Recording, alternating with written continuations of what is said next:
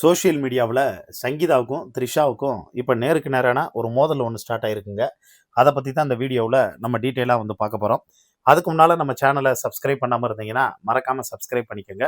அப்போ தான் நம்ம சேனலில் போடக்கூடிய டெய்லி அப்டேட்ஸு, காசிப்பு, கிசு வெளிவராத பல ஹிடன் ஸ்டோரிஸ், இது எல்லாமே இன்ட்ரெஸ்டிங் பேட்டர்னில், இன்வெஸ்டிகேஷன் பேட்டர்னில் நீங்கள் எல்லாத்தையும் டீட்டெயிலாக வந்து தெரிஞ்சுக்க முடியுங்க. அதாவது நீங்கள் இந்த புதுப்பேட்டை படம் பார்த்துருப்பீங்க, அதே மாதிரி வடசென்னை படம் பார்த்துருப்பீங்க. அதில் அந்த செல்வராகவன் பயங்கரமாக வந்து பிரபலமானார். நார்த் மெட்ராஸும் பயங்கரமாக பிரபலமாச்சு. அதுவும் புதுப்பேட்டையை விட வடசென்னையில் வந்து அந்த ஆண்ட்ரியா கதாபாத்திரம் ரொம்ப ஸ்ட்ராங்கு. அந்த ஆண்ட்ரியா கதாபாத்திரத்தை வச்சு இப்போ ஒரு மீம்ஸ் வந்து பார்த்தோன்னா ஒன்று ஏஐ வீடியோ மூலியமா நம்ம ஆட்கள் வந்து வச்சு செய்ய ஆரம்பிச்சிட்டாங்க. அதாவது ஆண்ட்ரியா, இன்னொன்று வந்து பார்த்தீங்கன்னா சங்கீதா விஜய், இவங்க 2 பேரும் வந்து பேசுறது மாதிரி அந்த சீனு.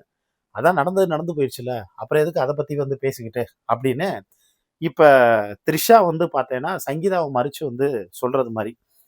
சங்கீதா உடனே எனக்கெல்லாம் வந்து ஒரே புருஷன்ப்பா, ஒன்றா மாதிரியெல்லாம் என்னால் வந்து இருக்க முடியாது அப்படின்னு வந்து பார்த்தோன்னா சொன்னது. இதுதாங்க இப்போ சோஷியல் மீடியாவில் முழுக்க முழுக்க பயங்கரமாக வந்து ட்ரெண்ட் ஆகிக்கிட்டு வந்து வருது. அதாவது கூட கீழே கமெண்ட்ஸில் சில லிங்க்லாம் வந்து போட்டிருக்காங்க. அந்த லிங்க்ல என்ன வருது அப்படின்னா, த்ரிஷா இதுக்கு முன்னாடி யார் யார் கூட எல்லாம் லிவிங்கில் வந்து இருந்தாங்க, யார் யார் கூட வந்து க்ளோஸாக இருந்தாங்க, அது எல்லாமே வந்து வருதுங்க. அதில் நம்ம தெலுங்கு ஆக்டர் ராணா டகுபதி இருக்கார்ல, அவர் வந்து ஒரு ஃபங்க்ஷனில் பேசுகிறார். ஃபங்க்ஷனில் பேசும்போது சென்னையில் என்னை எங்கே கொண்டு போய் வந்து விட்டாலும் நான் ஒரே ஒரு வீட்டுக்கு தான் வந்து போவேன் அப்படிங்கிறாங்க. அது எந்த வீடுன்னு கேட்டோன்னே த்ரிஷா வீடு அப்படின்னு வந்து சொன்ன உடனே எல்லாரும் ஓஹோ கதை அப்படி போகுது அப்படிங்கிறது மாதிரி சொல்ல த்ரிஷா வெக்கப்பட்டு வந்து சிரிக்கிறாங்க. ஏன்னா த்ரிஷாவும் ராணா டகுபதியும் ரொம்ப நாள் வந்து லிவிங்கில் வந்து இருந்ததா, அதுக்கப்புறம் அவங்க மேரேஜ் பண்ண போகிறதாவெல்லாம் வந்து பார்த்தோன்னா செய்திகள் வந்து போயிட்டு இருந்தது எல்லாருக்குமே வந்து தெரியும். அதுக்கப்புறம் அது வந்து பிரேக்கப் ஆயிடுச்சுங்க. அதுக்கப்புறம் கொஞ்ச நாள் பிரபாஸோட வந்து லிவிங்கில் இருந்தது மாதிரி வந்து தகவல் வந்துச்சு. அதுக்கப்புறமும் அதுவும் வந்து பிரேக்கப். அதுக்கப்புறம் வருண் மணியனும் தொழிலதிபர், அவங்க த்ரிஷாவோட வந்து பார்த்தோன்னா ஒரு 7-8 வயசு வந்து சின்ன பையன். வருண் மணியனோட டேட்டிங்கில் வந்து இருந்தாங்க. என்கேஜ்மெண்ட் எல்லாம் வந்து முடிஞ்சு. அதுக்கப்புறம் உங்களுக்கு கல்யாணம் நடக்க போகுது அப்படின்னு பரபரப்பாக எதிர்பார்த்துக்கிட்டு இருந்தா கல்யாணம் வந்து நடக்கலைங்க. டக்குன்னு நின்றுச்சு. ஏன் கல்யாணம் வந்து நிற்கல அப்படின்னா, கல்யாணத்தை நிப்பாட்டினதே த்ரிஷான்னாங்க. என்னடான்னா அலசி ஆராய்ஞ்சு வந்து பார்க்கும்போது வருண் மணியன் வந்து கல்யாணத்துக்கு அப்புறம் த்ரிஷாவை நடிக்கக்கூடாதுன்னு சொல்லியிருக்காங்க. ஒன்று நீ வந்து சினிமா விட்டுறணும், இல்லை என்னைய விட்டுறணும் அப்படிங்கிற மாதிரி வந்து சொல்ல. இல்லை சினிமாவா, இல்லை நீயான்னு வந்து கேட்டால் நான் உன்னையவே விட்டுறேன், ஆனால் சினிமாவை என்னால் விட முடியாது அப்படின்னு த்ரிஷா ஒரு ஸ்ட்ராங்கான முடிவு எடுத்திருக்காங்க. ஆனால் இப்போ என்ன சொல்கிறாங்கன்னா, த்ரிஷா ஸ்ட்ராங்கான முடிவெல்லாம் இல்லை, தளபதி அப்போ ஸ்ட்ராங்கான வந்து முடிவு எடுத்து வந்திருக்காரு. அந்த முடிவுனால தான் அந்த விஷயத்த வந்து த்ரிஷா கிட்ட கன்வே பண்ணி த்ரிஷா அதை வந்து பார்த்தோன்னா ஸ்ட்ராங்காக வந்து விட்டுட்டாங்க. இப்போ போகிறத பார்த்துக்கிட்டு தானே வந்திருக்கீங்க, அவங்களுக்குள்ள எப்படி வந்து ரிலேஷன்ஷிப் இருக்குது அப்படின்னு.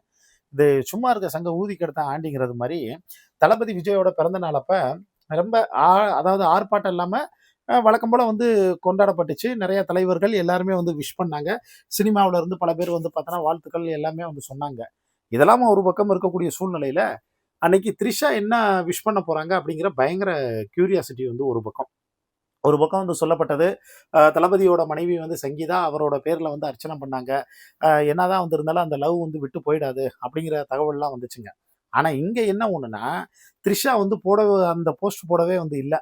ரைட்டு. ஏன்னா அதுக்கு முன்னாடி சில தகவல்லாம் வந்துச்சு. தளபதி விஜய் அவர் மனைவியோட ஒன்று சேர போறாரு, த்ரிஷா வந்து கழட்டி விட்டாரு அப்படிங்கிற தகவல்லாம் வந்தோடனே ரைட்டு, சூப்பர், இனிமேல் எல்லாமே ரொம்ப பாசிட்டிவிட்டியா வந்து நடக்க போகுது, நல்லதே நடக்கும் போல அப்படின்னு வந்து எல்லாரும் வந்து நினச்சிக்கிட்டு இருந்தாங்க. அப்படி நினச்சிக்கிட்டு இருக்கிறப்ப தான் அன்னைக்கு நைட்டு வந்து பார்த்தா த்ரிஷா போஸ்ட் போட ஆரம்பிச்சாங்க. அந்த போஸ்ட்டில் தளபதியை இவங்க பார்த்து ரசிக்கிறது மாதிரி, அவர் ரொம்ப வந்து பார்த்தீங்கன்னா ஹாப்பி மூமெண்ட்டில் வந்து இருக்கிற மாதிரி. சிலர் அதை பார்த்து 2024 வந்து எடுக்கப்பட்டதுன்னாங்க. ஆனால் பல பேர் வந்து பார்த்தோன்னா அதை ஏஐன்னாங்க. ஆனால் கன்ஃபார்ம் பண்ணால் அது உண்மையிலே ஏஐ. அந்த மனுஷன் வந்து பார்த்தோன்னா வந்து கிடையாது. அந்த மனுஷன் நைட்டு வந்து அங்கே பார்ட்டிக்கு போய் ஏதோ கொண்டாடின மாதிரி அடுத்து வெளியில் வந்து சித்தரிக்கப்பட்டது. ஏன்னா அதுக்கு முன்னாடி தான் ஒரு பெரிய வாய்க்கா தகராறு வந்து போயிட்டு இருந்துச்சு. என்னென்னா சட்டசபையில் அவர் வந்து பேசிட்டு சபாநாயகர்கிட்ட ரெக்வஸ்ட் பண்ணி ஒரு ஆக்ஷன் ஒன்று காட்டினாருங்க. மொத்த சட்டசபையை வந்து பிளாஸ்ட்டுங்க. அதுக்கப்புறம் தான் குட்டி கதை வேற வந்து சொன்னார்.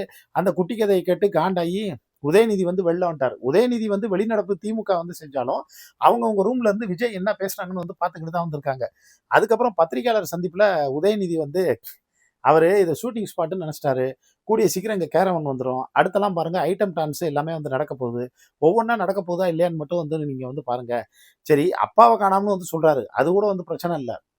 ஆனால் செங்கல்பட்டு கோர்ட்டில் போய் புருஷனை காணாமனு ஒரு மனைவி தேடிட்டு இருக்காங்களே, அதுக்கு என்ன பதில் சொல்ல போறாரு அப்படிங்கிறது மாதிரி அவரை வந்து பார்த்தோன்னா கிளின்னு வந்து பார்த்தோன்னா வந்து கிளிக்க ஆரம்பிச்சிட்டாங்க.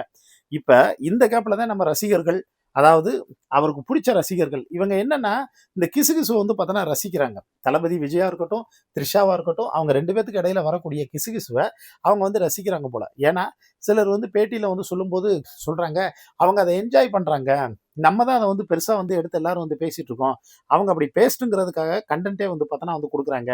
அதனால இன்னும் என்ன பேசினாலும் அவங்க அப்படித்தான் வந்து இருப்பாங்க. அவங்க அவங்கள வந்து மாத்திக்க மாட்டாங்க. முட்டாள்கள் மாரி வந்து பார்த்தோன்னா, மத்தவங்க தான் வந்து பேச வேண்டியது. இது எல்லாமே சங்கீதாவ வெறுப்பேத்துறதுக்காக அவங்க வந்து பண்றாங்க. ஆனா, இது திரும்பி அவங்களுக்கே பேக் ஃபயர் ஆகப்போகுது கூடிய சீக்கிரம் அப்படின்னு தங்களுடைய கருத்துக்களை வந்து சொல்லிட்டு தான் வந்து வர்றாங்க. இத பத்தி உங்களுக்கு தோணக்கூடிய ஃபீட்பேக்கையும் மறக்காம கீழ இருக்கக்கூடிய கமெண்ட் பாக்ஸ்ல மென்ஷன் பண்ணுங்க.